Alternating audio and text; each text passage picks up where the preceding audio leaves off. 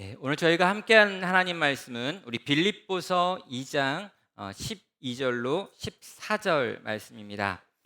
자, 그리고요, 오늘을 살라라고 하는 제목으로 같이 말씀을 나누려고 합니다. 제가 이 송구영신 예배를 올해 좀 이렇게 고민을 좀 했습니다. 왜 고민을 했냐면, 이 송구영신 예배가 이 토요일 날이기 때문에 이 토요일과 주일이 연달아 있는데 이 토요일 날 밤에 이 심야 시간에 꼭 모여야 되는가라고 하는 질문을 했기 때문입니다. 그럼 이 코로나 3년을 보내면서 제 마음 가운데 이전에 우리가 계속 해왔지만 이것을 계속해야 되는 의미가 있는가 없는가라고 하는 질문을 계속 하게 되다 보니까 이게 금요일 날 모아가지고 다 함께 금요일 날 저녁에 모이고 주일 날 모이는 게 어떨까 이런 생각도 하고요. 송구영신 예배를 3년 동안 제대로 하지 못했는데 올해 꼭 해야 될 이유는 뭔가 이런 고민들도 했습니다. 그러면서 이 송구영신 예배가 언제 시작됐는지, 그리고 한국에는 이 송구영신 예배가 어느 때부터 시작된 것인지에 대해서 이렇게 교회의 역사를 한번 살펴보게 됐습니다. 먼저 이 교회의 역사에서 송구영신 예배가 언제 시작됐는가라고 살펴봤더니 16세기에 이 송구영신 예배가 처음으로 시작을 했습니다. 그 전에도 종종 이렇게 해의 끝에 모여가지고 예배를 드리는 모임은 있었지만 매년마다 모이기 시작한 것은 16세기에 있었고요. 이 16세기에 이 송구영신 예배, 그러니까 한 해의 마지막 날 드리는 이 예배를 언약갱신 예배 또는 신년 전야 예배 또는 야성회라고 하는 이름으로 부르면서 시작되었다라고 하는 교회사의 기록이 있었습니다. 특별히 영국 개신교계에서 감리교 운동을 시작한 존 웨슬리라고 하는 사람이 언약갱신 예배라고 하는 말로 매년 모여가지고 매년 마지막 날 밤에 모여서 예배를 드렸던 것이 가장 이렇게 이 송구영신 예배라고 하는 것이 역사 속에 정례화된 시작이 되었다는 거죠. 자, 그러다 보면은요, 이미 송구영신 예배는 400년 정도 되어지는 긴 전통을 가지고 있는 모임이 되는 것입니다. 자, 그리고 그렇다면 한국 교회에서 이 송구영신 예배는 언제 시작한 것인가? 라고 또 물어봤습니다. 그랬더니 이 한국 교회사를 보니까요, 1887년 12월 31일 날 한국에 최초의 송구영신 예배가 있었습니다. 그런데 이 송구영신 예배를 누가 드렸느냐라고 봤더니요, 언더우드와 아펜젤러라고 하는 한국에 들어온 최초의 개신교 선교사가 세웠던 정동교회와 베델교회가 서로 연합해서 이 31일 날 밤에 모여가지고 예배를 드렸던 것, 이게 송구영신 예배의 한국에서의 시작이었습니다. 그러니까 한국의 최초의 교회가 세워지는 그 무렵에 최초의 선교사들이 모여가지고 송구영신 예배를 시작했다라고 하는 걸 보니 이 송구영신 예배는 적어도 한국 교회에서는 한국 교회의 시작 때부터 계속해서 있어 왔던 것이구나라는 생각을 했다라는 거죠. 그렇다면 이 송구영신 예배를 할 때 이 송구영신 예배에 참여하는 사람들은 도대체 뭘 생각하고 뭘 고민하면서 참여했느냐라고 하는 것도 물어봤습니다. 그랬더니 이런 기록이 있었습니다. 송구용신 예배라고 하는 것은 시간의 주인에게 나아와 우리의 시간이 당신의 것임을 고백하며 이 시간 속에서 사랑을 베푸신 하나님께 감사를 고백하고 그분의 기준에서 지은 죄를 회개하며 시간 가운데 우리를 두신 목적을 듣고 그분께 순종하기 위하여 모이는 날이다라고 하는 내용이 있었습니다. 자, 이게 이 전통적으로 언약갱신 예배라고 불려지는 이 예배가 가지고 있는 네 가지 요소였는데요.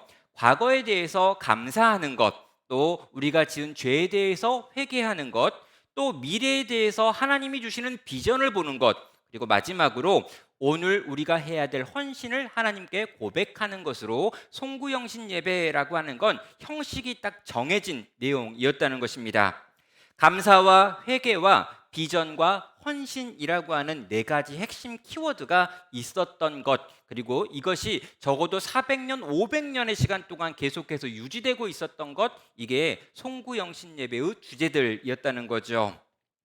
저는 오늘 이 빌립보서 3장에 있는 말씀을 가지고 오늘 우리에게 주어져 있는 이 송구영신 예배에 우리가 생각해야 될 과거가 무엇이고 우리가 바라봐야 될 미래가 어떤 것이며 오늘 우리는 무엇을 결정해야 되는지를 함께 생각하면서 이 말씀을 살펴보도록 하겠습니다. 자, 첫 번째로요. 우리는 우리의 과거를 돌아보면서 과거를 자랑하는 것이 아니라 감사해야 된다라고 하는 이야기를 하고 싶습니다. 빌립보서 3장 4절로 6절에 나와 있는 말씀인데요. 바울은 왕년에 자기가 어떤 삶을 살았었는지에 대한 기록들을 자기의 이력을 지금 자랑하는 것처럼 펼쳐 보이고 있습니다. 5절과 6절인데요. 내가 8일 만에 할례를 받고 이스라엘 족속이요 베냐민 지파요 히브리인 중에 히브리인이요 율법으로는 바리새인이요 열심으로는 교회를 박해하고 율법의 의로는 흠이 없는 자다라고 이야기하고 있습니다. 바울은 그 당시에 자기가 가지고 있었던 최고의 이력, 유대인으로서 가질 수 있는 최고의 이력이라고 할 만한 것들을 지금 사람들에게 자랑하고 있는 거죠. 지금 바울은요, 바울의 반대파가 자기를 공격하고 있는 걸 알고 있습니다. 그래서 감옥 안에 갇혀 있는 바울이요, 자기를 반대하는 사람들이 그들이 가지고 있는 이력을 가지고 자기를 공격할 때 바울도 바울이 이렇게나 강력한 이력을 가지고 있다라고 하는 말을 하면서 자기 자랑처럼 보이는 내용들을 열거하는 거죠. 내가 8일 만에 할례를 받았다라고 하는 것, 이건요 내 부모가 믿음이 좋았다라고 하는 뜻을 의미하는 거고요. 내가 베냐민 지파다라고 하는 건요, 당시에는 자기 지파가 뭔지 거의 모르고 족보가 사라졌을 때인데 아직도 그 족보를 지키고 있다라고 하는 걸 뜻하고요. 내가 히브리인 중에 히브리인이다라고 하는 것은 내가 히브리 언어를 자유롭게 사용하는 사람이다라고 하는 걸 뜻하고, 심지어 내가 바리새파다라고 하는 건 당시에 얼마 되지 않은 아주 적은 이 율법주의자들 가운데 들어있는, 율법에 대하여 정통할 뿐 아니라 그걸 어렸을 때부터 지켰던 사람이다라고 하는 내용을 가지고 있는 것입니다. 그는 아주 열심히 있었는데 교회를 박해할 만큼 열심히 있었고, 심지어 그 당시 사람들이 가지고 있는 율법으로 흠이 없을 만큼 어렸을 때부터 지금까지 치열하게 율법을 지켰던 사람이다 라고 말하며 자기가 가지고 있는 화려한 이력을 자랑하고 있습니다. 자, 바울은 지금 과거에 대한 이야기를 하는데요, 과거에 내가 이러이러했다라고 하는 걸 말하면서 자랑 같아 보이는 내용들을 언급하고 있습니다. 그런데요, 이렇게 자랑처럼 보이는 내용을 언급하다가 이 모든 자랑들에 대하여 이제는 내가 그것을 그렇게 생각하지 않는다라고 이야기를 해요.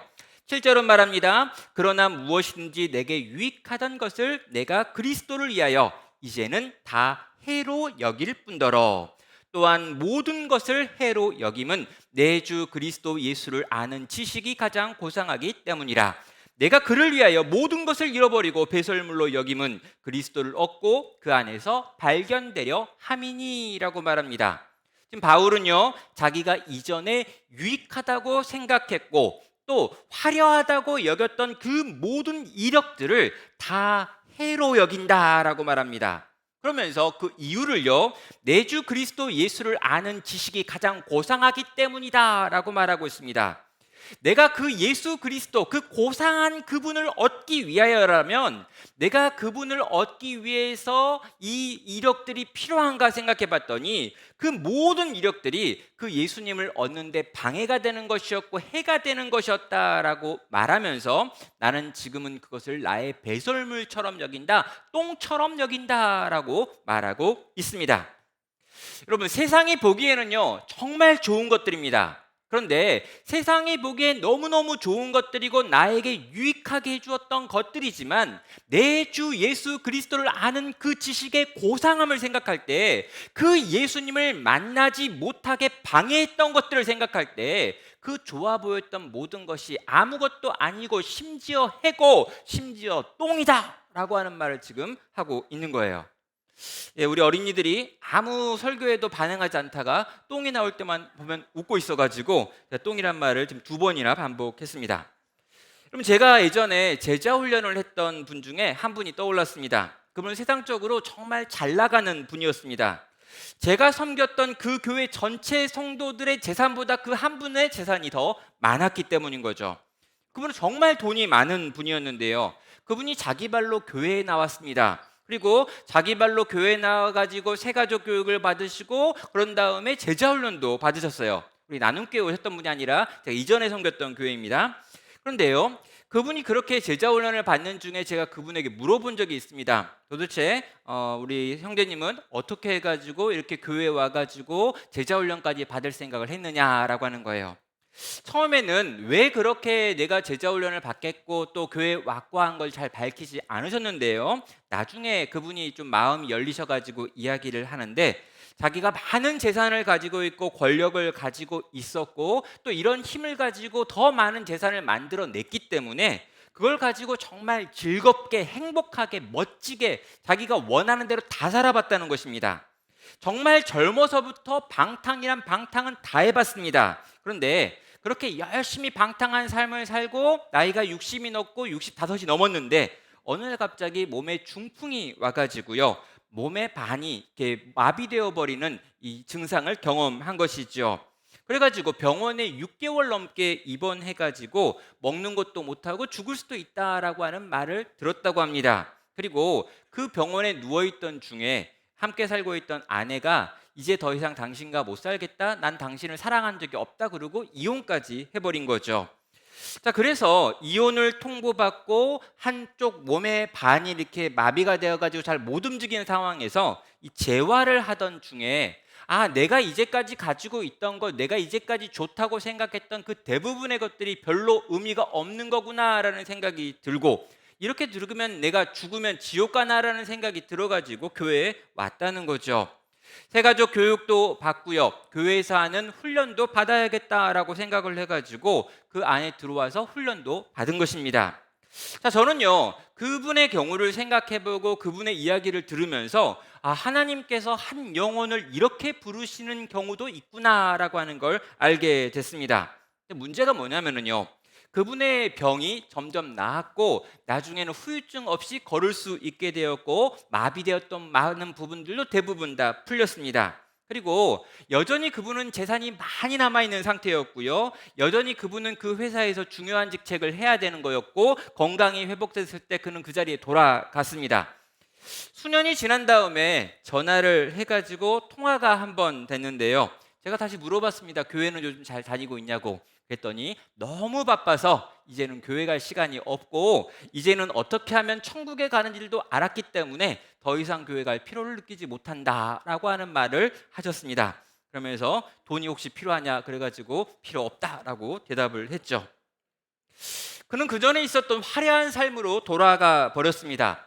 그가 가지고 있던 놀라운 이력들, 그가 가지고 있던 많은 자산, 그가 가지고 있던 그 넘치는 자신감의 세계로 돌아가 버렸다는 거죠. 그러나 그는 그 과정에서 모든 걸 잃고 그 생명을 얻기 위하여 그리스도께 나왔던 그 고상한 그리스도에 대한 지식은 까맣게 잊어버리는 채로 다시 이전 상태로 돌아가 버린 것입니다. 사랑하는 성도 여러분, 과거에 여러분은 뭔가 잘했습니까? 여러분에게 뭔가 화려한 이력이 있으신가요? 한때 잘 나가는 분이셨습니까?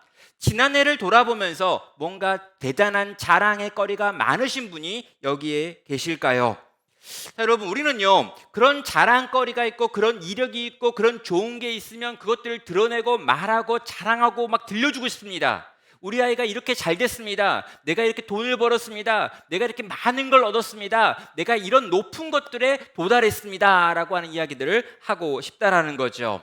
우리는 우리의 과거를 돌아보면서 2022년을 생각하면서 내가 무언가 많이 얻었다면 그걸 자랑하고 싶고 드러내고 싶은 마음이 있습니다. 근데 여러분, 우리에게 필요한 게 뭐냐면요, 그것들을 가지고 하나님께 나아가 그것들도 하나님이 주신 것입니다 라고 고백하고, 하나님께서 내게 그것을 주지 않았다면 내가 그것을 얻을 수 없었습니다 라고 하는 감사의 자리로 나아가야 한다는 것입니다. 화려한 과거가, 화려한 이력이, 많은 성취가 어떻게 잘못 쓰여지면 내 주 그리스도를 아는 가장 고상한 지식인 예수 그리스도로부터 우리를 멀어지게 할 수도 있다라고 하는 걸 생각하시면서 우리가 가지고 있는 여러 가지 성취, 우리가 과거에 누렸던 그 모든 것들을 하나님께 감사의 제목으로 가지고 가지 않는다면 우리는 하나님으로부터 멀어질 수 있기 때문입니다. 성도 여러분, 우리가 가지고 있는 과거의 화려한 것들, 지난해 우리가 얻었던 유익한 것들을 하나님께 올려드리며 하나님, 내가 이 모든 것을 은혜로 얻었습니다. 하나님께서 내게 채워주셨습니다. 이 모든 걸 가지고 하나님께 감사할 수밖에 없습니다라고 고백할 수 있는 여러분이 되시기를 주의 이름으로 축원합니다. 코로나 3년을 지나가게 하신 것도 하나님의 은혜였습니다. 이런저런 사고가 끊임없이 일어나는데 그런 사고들 속에서 우리를 지키신 것도 하나님이십니다. 아니, 내가 그런 사고를 경험했고 그런 아픔이 있었고 그런 병을 얻었고 그렇게 다쳤습니다. 그러나 이만저만하게 끝난 것도 하나님의 은혜였고 하나님의 보호였습니다 라고 고백하며 겸손히 하나님께 나아가 우리의 과거의 것들을 감사의 제목으로 바꿀 수 있는 성도 되시기를 주의 이름으로 축원합니다. 두 번째로 우리가 과거에 대해서 품어야 될 마음은요, 바로 회개라고 하는 것입니다. 여러분, 우리는요, 우리의 과거를 돌아볼 때 내가 이것도 못했고 이것도 못했고 이것도 안 했고 이것도 잘못했구나 라고 생각할 수 있습니다. 그때 많은 분들은요, 비참해하는 거죠. 그럼 연말이 되면은요, 많은 분들이 우울해합니다. 특별히 올해는 정말 우울한 일들이 많았고요, 올해를 돌이켜 생각해 봤을 때 참 힘든 일과 어려운 일들이 많았구나라고 생각되어지고, 개인이나 우리의 가정이나 우리의 교회를 생각해 볼 때도 이런저런 어려움들이 많았고 그래서 우리의 마음이 우울하고 약해질 수 있겠다라는 생각이 들었습니다.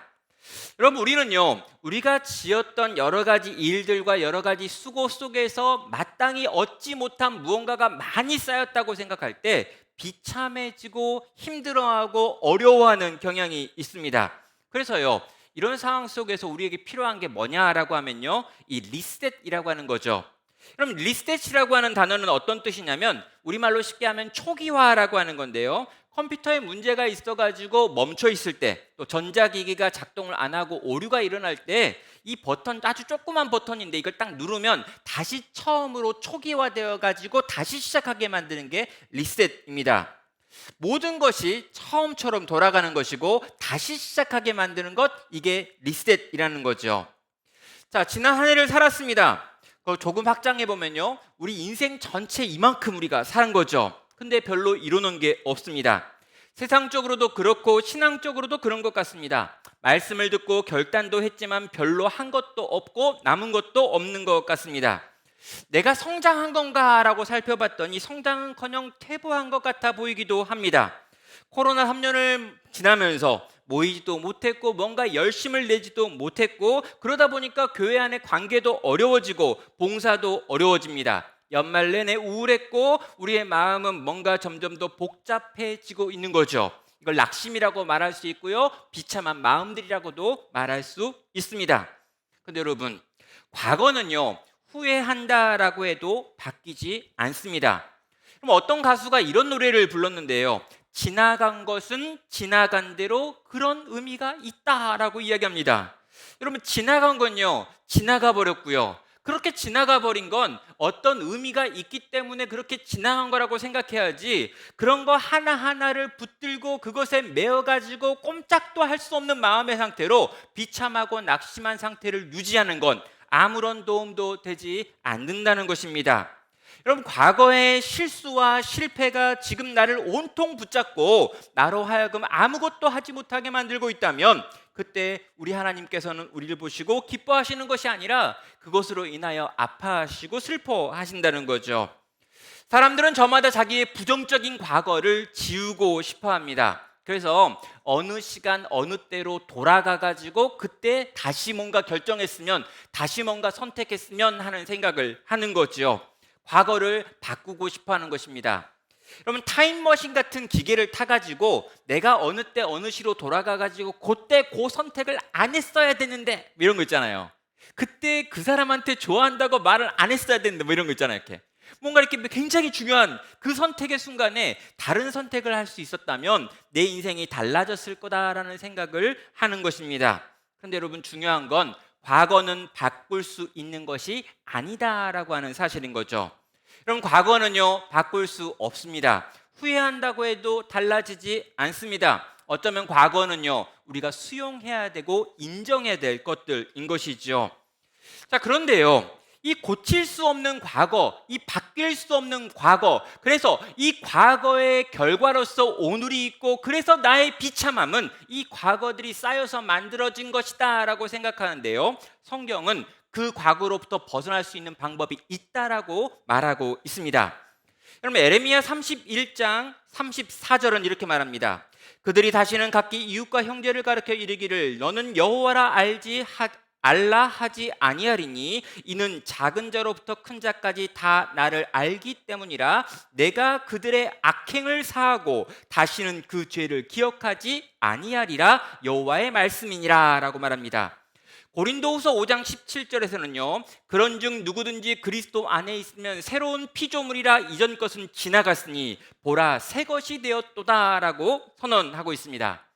여러분, 에레미야 선지자는요, 하나님께서 이 땅을 회복시킬 때 어떤 일이 일어나는가를 설명하고 있습니다. 그런데 하나님께서 이 땅을 회복시킬 때 하나님께서 그들의 악행을 용서하시는데 다시는 그들의 죄를 기억하지 아니하신다라고 말합니다. 하나님이요, 기억하지 않는다는 거예요. 이전에 우리가 지은 죄, 인간이 지은 죄를 용서하시고 다시 기억하지 않는 그런 은혜의 역사가 일어난다라고 말하고 있습니다. 또 고린도 후서에서 바울은요, 누구든지 네가 그리스도 안에 있다면 그는 새로운 피조물이다. 이전 것은 지나갔고 보라 넌 완전히 새 것이다 라고 말하며, 이전에 그 과거에 만들어 놓은 그 모든 악한 것들과 약한 것들과 부정적인 것들이 오늘 너에게 더 이상 영향을 미치지 못하게 만드는 일이 일어난다라고 말하고 있습니다.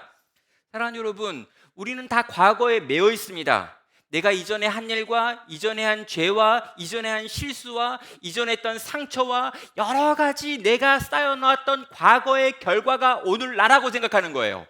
그런데 하나님은 이 과거의 부정적인 모든 영향력으로부터 끊어서 너를 새롭게 만들 수 있고 새 것이 되게 할 수 있다라고 선언하고 계신 것입니다. 그럼 과거는요, 우리가 바꿀 수 있는 것이 아닙니다. 우리가 할 수 있는 최선은 우리의 과거를 인정하는 것 정도입니다. 그럼 과거를 리셋하는 것은요, 불가능합니다. 그러나 과거에 돌아가가지고 타임머신을 만들어도 실제로 이 문제를 해결할 수 없습니다.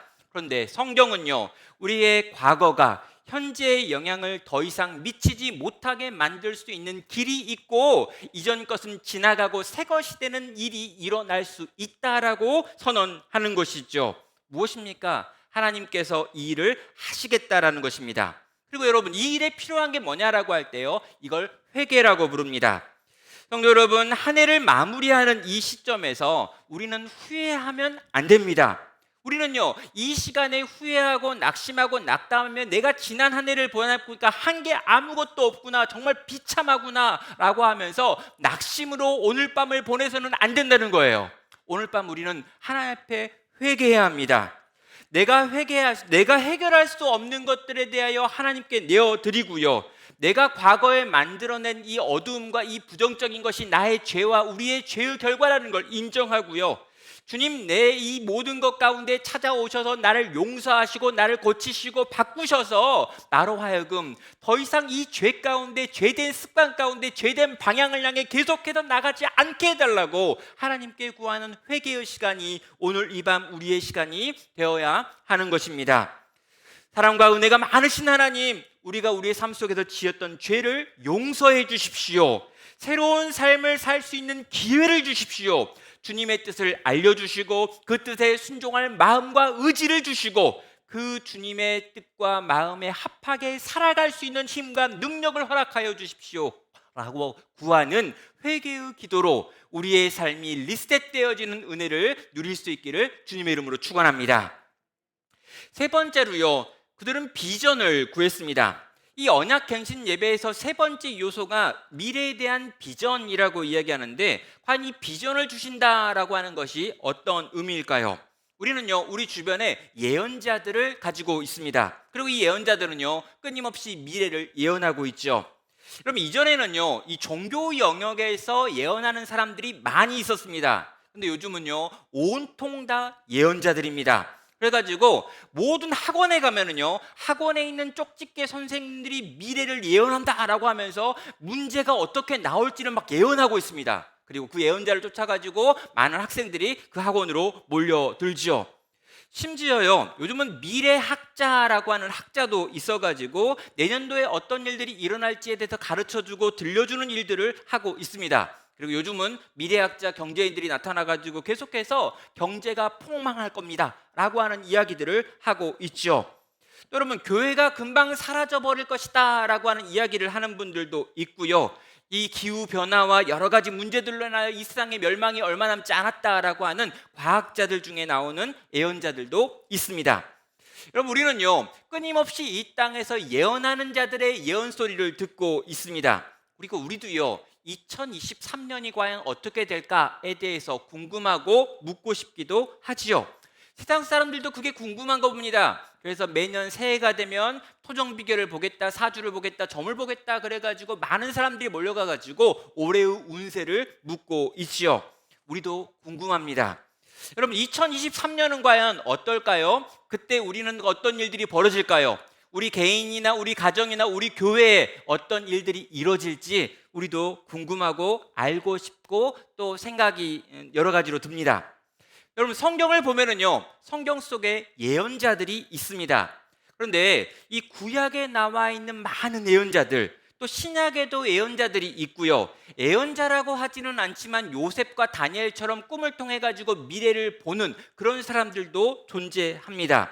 또 요한계시록과 같은 책들은 미래에 대한 이야기다라고 알고 있죠.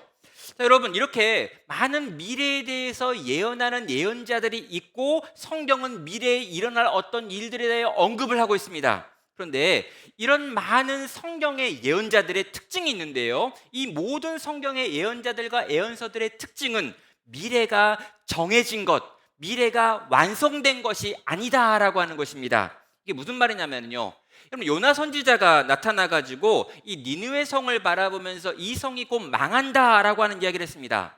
여러분, 요나서 3장 4절에서요 40일이 지나면 니느웨가 무너지리라 라고 예언을 했어요. 근데 40일이 지난 다음에 니느웨는 무너지지 않았습니다. 왜 그렇습니까? 그들이 회개하고 돌이켜서 하나님께 은혜를 구했기 때문에 하나님께서 이 니느웨 성의 멸망을 막으셨던 거죠.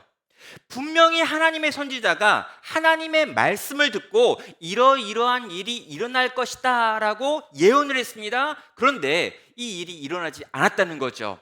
왜 그렇습니까? 그 사이에 그들이 회개하고 돌이켰고 하나님의 은혜를 구했기 때문에 하나님이 뜻을 바꾸신 것입니다. 다시 말하면 미래는 정해져 있지 않다라는 거죠.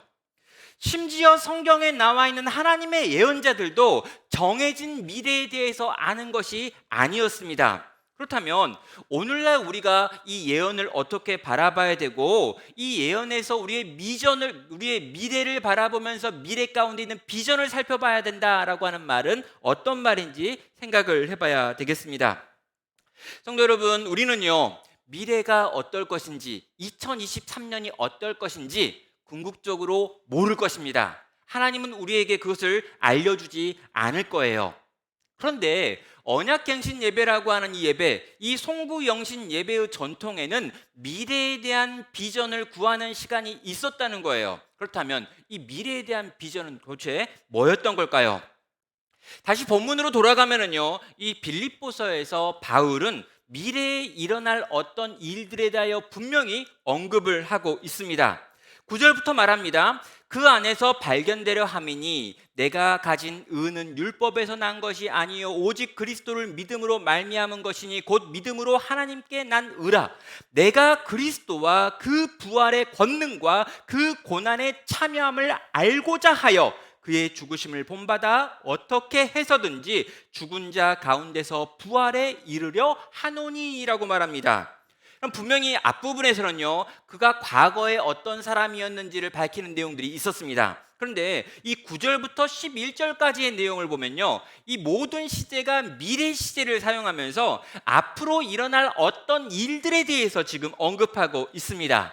어떤 일을 언급하고 있습니까? 분명히 정해진 미래가 있는데 그 미래를 향해서 나는 가고 있다라고 지금 말하고 있다는 거죠. 그럼 무슨 이야기를 합니까? 내가 예수님 안에서 예수님께 발견되어지기로 한다라고 이야기하고 있습니다.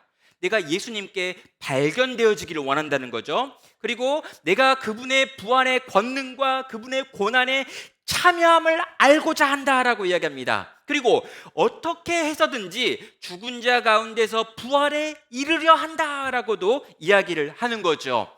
이 세 가지를 전부 미래 시대를 사용하고 있는데 이건 뭘 의미하는 거냐면 내가 어느 땐가 반드시 되어질 그 날을 지금 소망하며 바라보며 그 날 때문에 오늘 지금도 걸어가고 있습니다 라고 이야기한다는 거예요. 지금 뭘 이야기하는 겁니까? 내가 예수님 안에서 발견되어진다는 거죠. 언제요? 지금 바울은요 감옥에 갇혀 있습니다. 그럼 로마 감옥에 갇혀가지고 자기의 생명의 위태함을 느끼고 있는 거예요. 근데 지금 바울이 뭘 바라보고 있는 거냐면 내가 어느 땐가 그리스도 예수 안에 죽어서 그분의 품에 안기게 나를 바라보고 있는 겁니다. 그리고 내가 지금 그리스도와 함께 고난을 당하고 있을 뿐만 아니라 그 부활의 권능으로 말미암아 죽어서 다시 살아날 날을 바라보고 있는 거예요. 그리고 그분과 함께 영원토록 살 그 부활을, 죽은 자 가운데서 부활할 날을 바라보면서 오늘 지금 내가 살고 있는 이 시간을 견디고 있다라고 말하고 있는 것입니다. 사랑하는 성도 여러분, 성도는 뭐냐라고 물어보면요, 성도는 우리 인생의 끝에 무엇이 있는지를 정확하게 알고 그걸 바라보고 소망하며 살아가는 사람들입니다. 여러분, 우리의 미래가 뭐냐고요? 우리의 미래는 찬란합니다. 여기 이제 꼬맹이 친구도 있고요, 여기 막 어르신도 있는데요, 우리의 궁극적인 미래가 뭐냐라고 말하면요, 찬란하게 영광스럽고 영화로운 바로 그곳 그 자리에서 그분과 함께 영원한 복을 누리는 것, 이겁니다. 아멘? 예, 좀 아멘 해주세요. 예, 그럼 우리의 미래는 영광스럽습니다. 대신 2023년이 어떻게 될지는 모르겠어요. 벌써 지금 우리가 2023년에 와버렸는데요, 2023년은 좀 어려울 수 있어요. 2024년도 좀 어려울 수 있습니다. 그리고 10년 후에 우리의 모습도 어려울 수 있고요, 20년 후에 우리의 모습도 어려울 수 있습니다. 그러나 사랑하는 여러분, 여기 계신 모든 분께 제가 확실하게 예언을 하는데 100년 후에 우리는 영광스러울 겁니다. 아멘. 여러분, 이 언약갱신 예배에 참여하는 모든 성도들이 이 비전을 보는 거예요. 하나님께서 우리 가운데 주실 그 놀랍고 위대한 상이 있다. 그 부활의 영광이 있다. 우리를 바라보시면서 우리에게 약속하신 그 상을 우리 주님께서 반드시 주실 것이다. 그건 우리의 것이고 반드시 얻을 것이다. 이것을 바라보고 소망하는 것, 이것이 이 송구영신 예배의 한 해를 시작하는 우리의 마음으로 붙들어야 될 소망의 내용이 되는 것입니다. 마지막으로요, 그들은 현재에 대한 헌신으로 이 언약갱신 예배를 마쳤습니다. 하나님께서 우리에게 과거에 대한 감사를 요청하셨고요, 회개할 것을 명령하셨습니다. 그리고 미래에 대한 확고부동한 비전을 보여주셨죠. 그리고 그 모든 걸 주신 이유는요, 오늘 너희가 이 땅에서 어떻게 살아야 되는지에 대하여 들려주기 위함이었습니다. 하나님께서 우리에게 과거를 알려주시고 우리에게 미래에 대한 이야기를 하시는 모든 이유는요, 다 오늘이라고 하는 지금을 너희가 어떻게 살아야 되는지를 가르쳐주기 위함이었다는 거죠. 여러분, 우리가요 하나님께 감사하게 되면 어떤 일이 벌어집니까? 내가 주신, 하나님께서 내게 채우신 모든 것들입니다 라고 이야기하며 하나님께 감사할 때 우리는 그 감사하는 마음을 담아서 오늘 내 삶의 태도를 고치게 됩니다. 우리가 과거에 지은 죄를 회개할 때 어떤 일이 벌어집니까? 내가 이 과거에 있는 죄로부터 벗어나서 새로운 삶을 살아야겠습니다라고 결단할 뿐 아니라 오늘 주어진 내 삶 속에서 다른 삶을 살기 시작하는 거죠. 여러분, 내가 내 미래에 있는 영광스러운 주님의 상을 바라볼 때 어떤 일이 벌어집니까? 그 상을 바라보고 있기 때문에 그 상을 향하여 오늘 내가 걸어야 될 삶의 방식을 바꾸는 일이 일어나는 것입니다. 여러분, 과거는요 현재에 의하여 재평가를 받는 것이고요, 미래는 현재에 의하여 변화되는 것이다 라는 것입니다.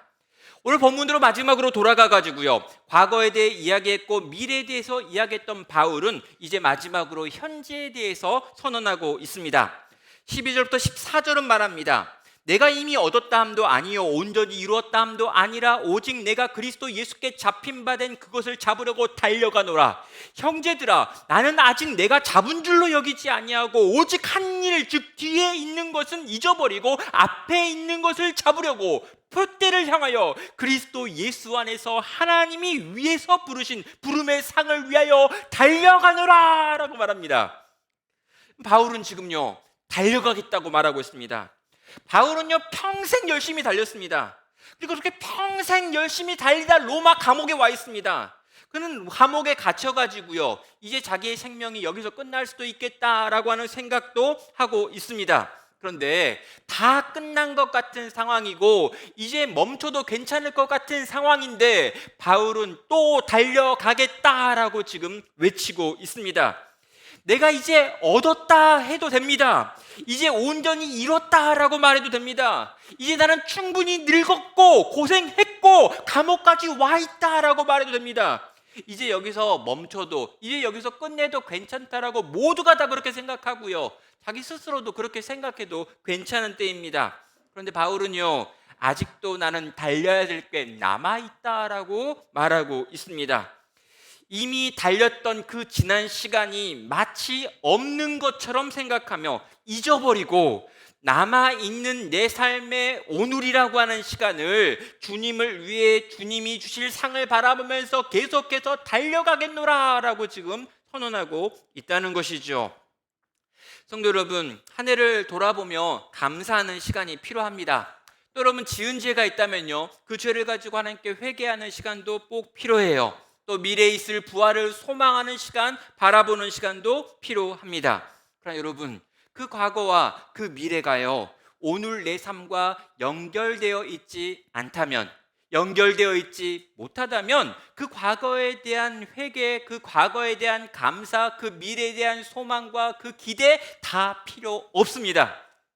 여러분 그 과거와 그 현재는 오늘이라고 하는 내 삶 속에서 다시 주님께서 내게 말씀하시면 그 명령에 순종하겠습니다. 내가 그 주님을 향하여 계속해서 달려가겠습니다 라고 하는 고백을 만들어내기 위하여 우리 가운데 주시는 거라는 거죠. 사랑하는 성도 여러분, 우리의 과거를 돌아보셨습니까? 마땅하게 감사의 제목들을 찾아보고 또 회개의 제목들을 찾아서 그렇게 구하고 기도해 보셨나요? 또 여러분 우리의 미래에 대해서 살펴보셨습니까? 우리가 궁극적으로 누리게 될 그 영광에 대하여 바라보고 그 부활의 권능을 체험하기를 원하셨습니까? 그렇다면 여러분 그 과거와 그 현재에 일어난 그 모든 미래에 일어난 그 모든 걸 가지고 오늘 현재로 나아오시기를 주의 이름으로 축원합니다. 다시 또 힘을 내서 오늘 내게 주어져 있는 이 현재를 살아가기를 결단하시길 바랍니다. 후회하는 과거를 남기지 않기 위해서 영광스러운 미래를 향하여 계속해서 나아가기 위해서 오늘 이 땅을 어떻게 살지 다시 한번 결단하는 것입니다. 주님이 내게 원하시는 경주를 마치기까지, 주님이 내게 원하시는 싸움을 끝내기까지 우리 주님이 원하시는 그 삶을 또 살기를 결단하고 다짐하며 한 해를 시작하는 것입니다. 사랑하는 성도 여러분, 말씀을 마무리하겠습니다. 여러분 과거를 생각하십시오. 감사할 것을 감사하시고 또 하나님께 나아가 회개할 것을 회개하십시오. 그럼 미래를 바라보십시오. 장차 우리에게 있을 영광스러운 상을 바라보시면서 기뻐하고 즐거워하고 감격하시고 소망하십시오. 그리고 이 과거와 이 미래가 우리에게 제시하는 오늘 나에게 주어져 있는 또 한 해 이 2023년을 주님이 기뻐하시는 대로, 주님이 원하시는 대로 그렇게 열심히 살아드리라 결단하는 그런 송구영신의 밤, 언약갱신의 밤이 되기를 주님의 이름으로 축원합니다.